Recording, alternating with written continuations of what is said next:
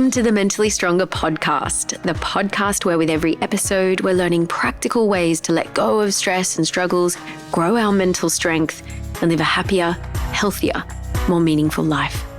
I'm your host, Millie O'Brien, co-founder of mindfulness.com and creator of the Deep Resilience Method. I'm so glad to have you here with me today. Let's dive in to today's episode. Today, I'm going to talk about the link between self-compassion and success. Now, I think on some level, intuitively, we already understand this link when it comes to how we treat other people. For instance, if we were trying to help someone learn a new skill, let's say if you're teaching a child to learn to ride a bike, when they make a mistake or get discouraged or when they can't figure it out, how do we typically respond? Well, you probably offer kind, supportive words, probably speaking in a warm and soothing tone. If they fall off the bike, maybe you even give them a hug to show them how much you care and to kind of soothe them and encourage them again. You know, when they recover from that fall, chances are that you're going to support them by saying, really uplifting and supportive things, encouraging them, you go ahead and give it another go, you got this. Or if they're too exhausted or disheartened that day, maybe you just, kindly say to them, that's okay. You can try again tomorrow. You're going to be able to ride this bike with a bit of patience and practice. Just, reassuring them. Now, take a moment to reflect, though, on how you treat yourself when you make a mistake, when you fail at something, when you experience a setback. If you're like most people, you're probably a lot tougher on yourself than you are with other people, right? In fact, it's in moments like those, the ones where we make a fumble or make a mistake, we didn't get it, we're trying at something and it's just really tricky and it's frustrating. It's in moments like that when we often become our own worst enemy. The inner critic often pipes up, I'm so stupid, I never do anything right, or we start to ruminate about our flaws and our shortcomings. Perhaps self-doubts and really unhelpful beliefs come in. I'm not smart enough. I'm not talented enough. I'll never get this. Good things never happen to me.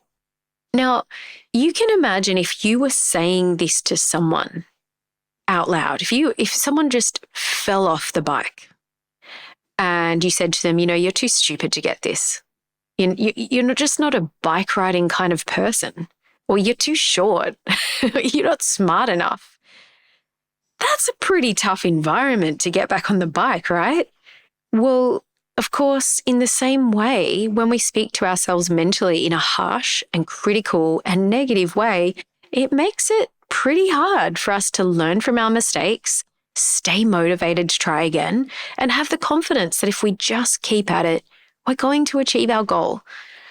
So it should come as no surprise then that there is a substantial body of research that shows that the skill of self-compassion is closely correlated to 3 key skills that lead to success. Number 1, resilience. Compassion is very closely linked to resilience. Number 2, the ability to recognize and learn from our mistakes. And number 3, the ability to keep motivating ourselves to go for our goals. Keep trying again, going for it and trying again until we succeed at our goal.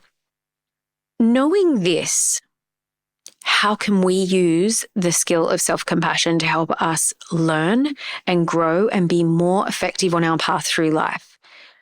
Basically, and I'm just going to keep this really simple for this week's practice, you want to learn to treat yourself with the same kindness, the same encouragement, and the same support that you would do to that little kid that's trying to learn a bike or to a friend who was trying something, like shifting the inner critic to becoming more like an inner coach or a supportive friend. Now, I want to tell you on a personal level in my life, I have dedicated my life to learning mental strength skills. I have been on this path since I was 17 years old. I'm just shy of my 44th birthday right now. And of all the skills that I've learned, this is in my top, I'd say 3 that has had the biggest impact. Like some mental strength skills, when you practice them, you can feel how much of a difference they're making. As soon as I started practicing self-compassion, it was revolutionary. And it sounds so simple, but the actual results of doing this practice are, quite frankly, mind-blowing.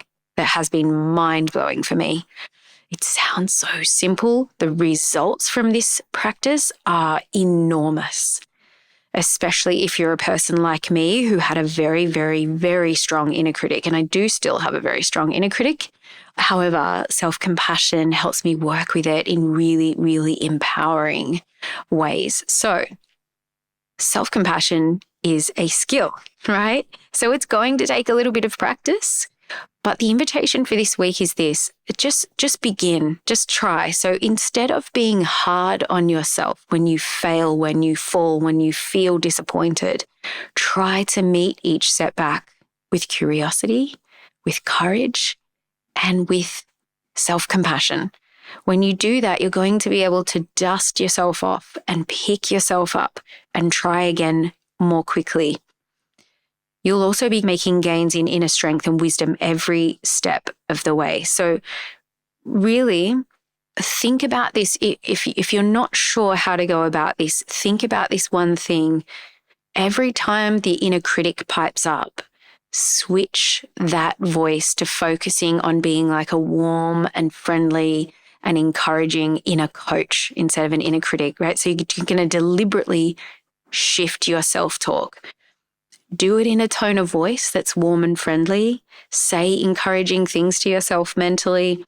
That's the practice for this week. Practice self-compassion and see what effect it has on your body, on your mind, and in your life. Be attentive to the results. And if it's helpful for you after this week of practice, put it in your mental strength toolkit. Keep using it for life. And let this tool help you get mentally stronger day by day, week by week, and year by year. I hope this is helpful for you. And as always, thank you so much for being here with us in this community of people who are growing together and getting stronger every day. Lord knows we can use all the strength we can get in these crazy times we're living in. Have a great week, and I'll see you on the next episode.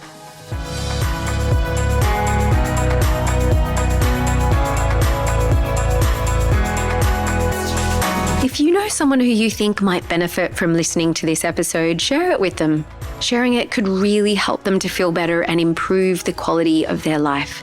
And if you found this episode helpful, remember to subscribe to the podcast so that you can receive more tips on growing your mental strength, and you can keep practicing along with us every week. If you are wanting more support in becoming mentally stronger, come over to my website and take a look at all the coaching and training options that I have there for you.